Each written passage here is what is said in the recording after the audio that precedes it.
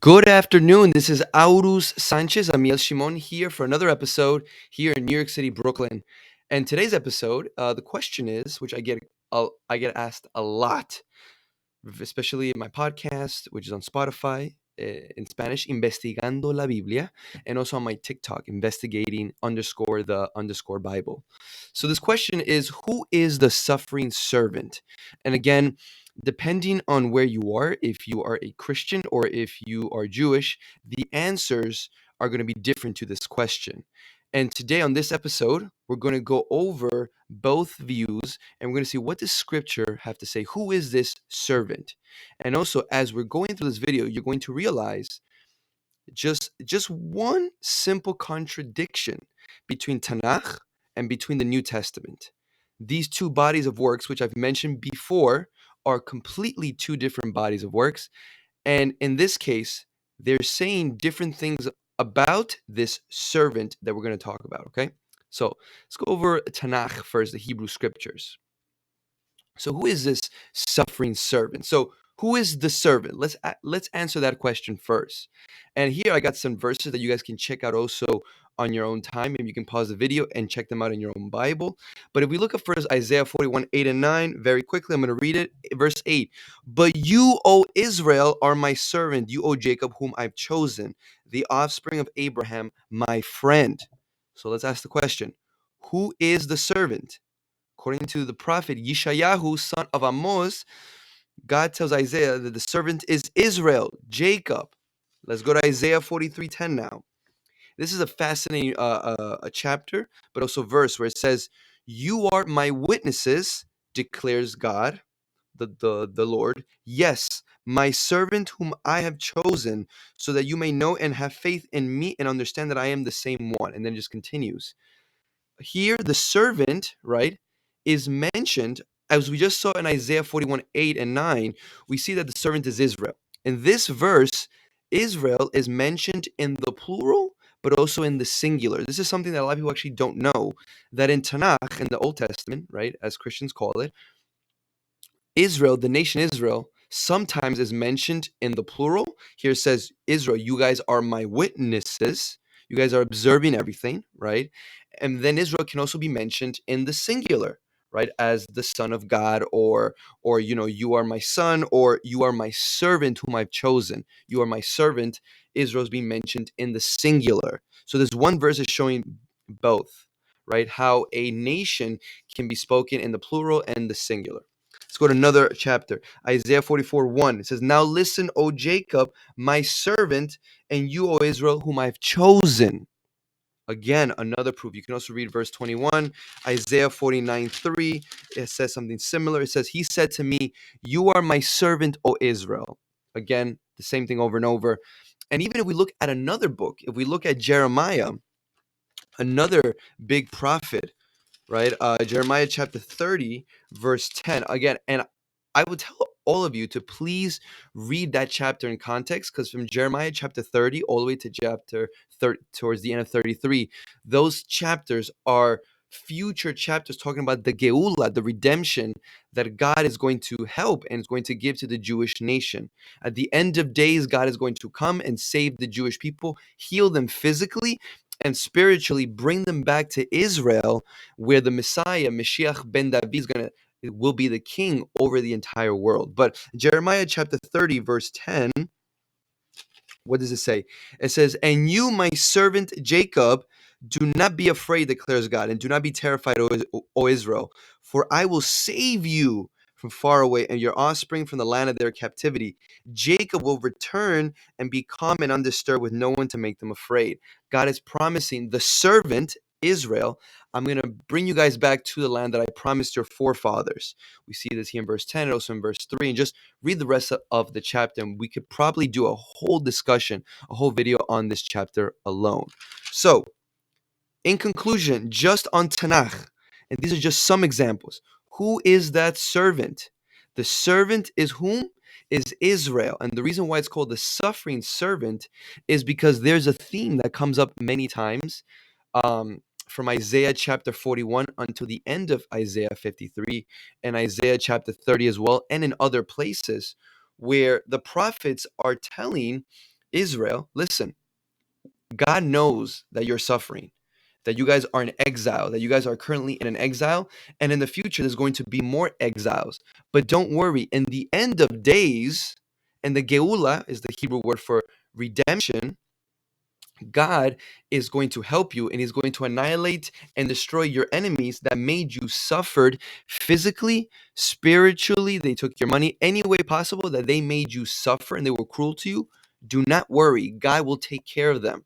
And that is why Israel is considered the suffering servant, because they've suffered so much throughout history. And even if you are a Christian or a Jew or even an atheist, if you just look up history, you will see how much the Jewish people have suffered in different parts of history. So now, let's talk about a little bit about this chapter, the famous suffering servant chapter of Isaiah 53. Now, there's something that a lot of people actually do not know. In the original Hebrew, right? In the original Hebrew, this chapter of the suffering servant of Isaiah 53 actually begins. It doesn't begin with Isaiah 53:1. It actually begins two verses before. It actually begins on Isaiah chapter 52, verse 13. So in everyday Bibles like the King James, the NIV, the Revised Standard, and a lot of these Bibles, actually in all Bibles, or almost all Bibles, if I'm not mistaken, where you see where it says Isaiah 53:1, that is not where the chapter actually begins. The chapter actually begins two verses before in 52:13. And in the beginning of those verses, we see in this chapter that this is a future prophecy where the nations, non-Jewish nations that made the servant, that made Israel suffer in all ways, they're going to confess to God what they did, their cruelty and what they did to the Jewish people, right? So this chapter is considered the fourth servant songs, right? Again, the servant chapters are from Isaiah 41 till the end of 53, okay? Just so we can have a little bit of context and you can do your own research on this. Now, as I mentioned before, there's a common theme of the Geula, that Israel will be redeemed at the end of days, right? And we see this in this chapter, and Isaiah 41 all the way to 53, Jeremiah 30, as I mentioned. Now, in the beginning of this chapter, the nations, right, are going to be mesmerized. They're going to be surprised. They're going to be shocked to see how God is blessing and how God is redeeming and bringing back up Israel, right? And we even see this specifically. Again, read the whole chapter in context, but you could see this, the confession of the nations from verse 4 through 9, where they're speaking out loud and they're saying, wow, like this servant, he bore our pains. He was stricken by God and afflicted. We consider him as plagued. He was crushed for our errors. He was pierced for our transgression. And they're just confessing their thoughts and what they thought this servant really was. Despicable, disgusting. They suffered. We hit them. We did this to them, right? And so forth. Now, the reason why Christianity sees this servant as the Messiah, or specifically as Jesus, right, is because if you read the chapter 53 superficially, it says, he was despised, he bore our pains, he was afflicted, he bore our punishment for our peace, he was pierced for our transgressions. Everything's in the singular. But what did I mention previously? How Israel many times is mentioned in the singular, but also in the plural. And a lot of people actually don't know that. They don't know that Israel in Tanakh, in the Hebrew scriptures, right, can be mentioned in either both. In this chapter, Israel, for the majority, again, please focus on that word. For most of this chapter, Israel is mentioned in the singular, except in Isaiah chapter 53, verse 8, right? In the Hebrew, and in the verse 8, at the end of verse 8, Israel's the servant is finally mentioned in the plural, and the word is lamo. I even have it here on my bullet points, lamo, for them. Now I'm just going to read a random I'm going to read this verse in a Christian Bible, where it's interesting. Now it says here, because of restraint and judgment, he was taken away. And who will concern himself with the details of his generation? For he was cut off from the land of the living. Now here comes the verse 8, part B. Because of the transgression of my people, he received the stroke. Now this is a Christian translation of the Hebrew. They purposely, and many Christian Bibles do this, where they will purposely leave instead of writing la mort, right? So in reality, the English should read this. Because of the transgression of my people, they received the stroke. La mort, the original Hebrew says la mort. So it should say they received the stroke. But in this particular Christian translation, it says he received the stroke. So they're purposely leaving it in the singular, when in the original, it says they received the stroke. Whoa. If you read it and now it says they received the stroke, this is going to throw you off guard, because now this servant is not singular, this servant is in the plural. So who are these people that Isaiah 53 is speaking about? It's a servant, which is Israel, that took all this suffering from these other nations. Now, in another video, I'll explain a lot more why God allowed this and what did this mean. But I just want to get clear that this verse uses the word lamo. And now, how do we know that the word lamo means because of them? They received the stroke. How do we know this? Even if you don't know how to read Hebrew, right? You can just do a Google search. And if, for example, if you go to Isaiah 48, verse 21, it says, they did not become thirsty when he led them through devastated places. That's Isaiah 48:21. And let's stop there. Isaiah 48:21 uses the word lamo, right? Them. And clearly in this Christian translation, it's correctly.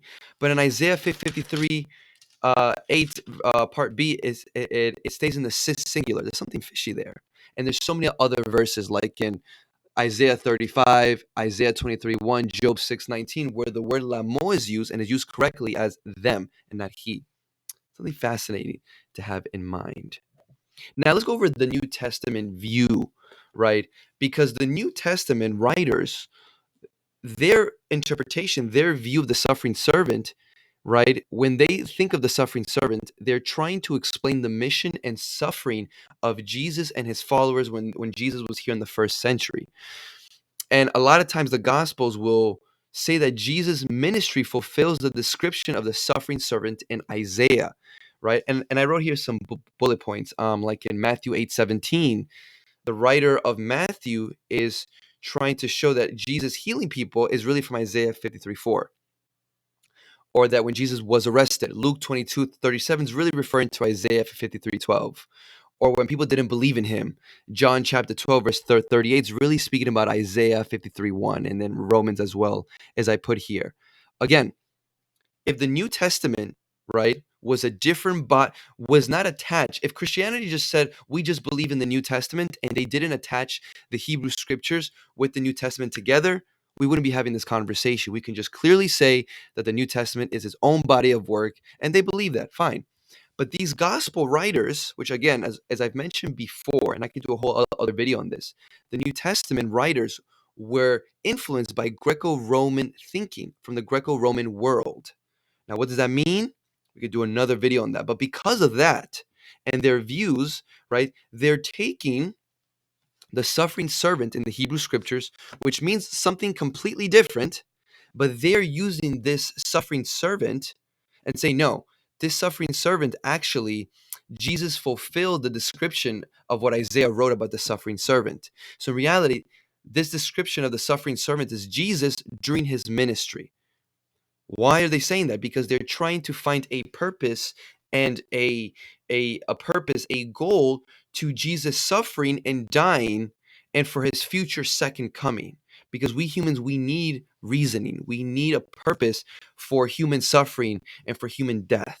Especially these writers, they wanted to convince their audience that Jesus will come back a second time, and he's actually fulfilling Old Testament prophecies, when in reality, as we saw, it's not true at all. They completely distorted the words.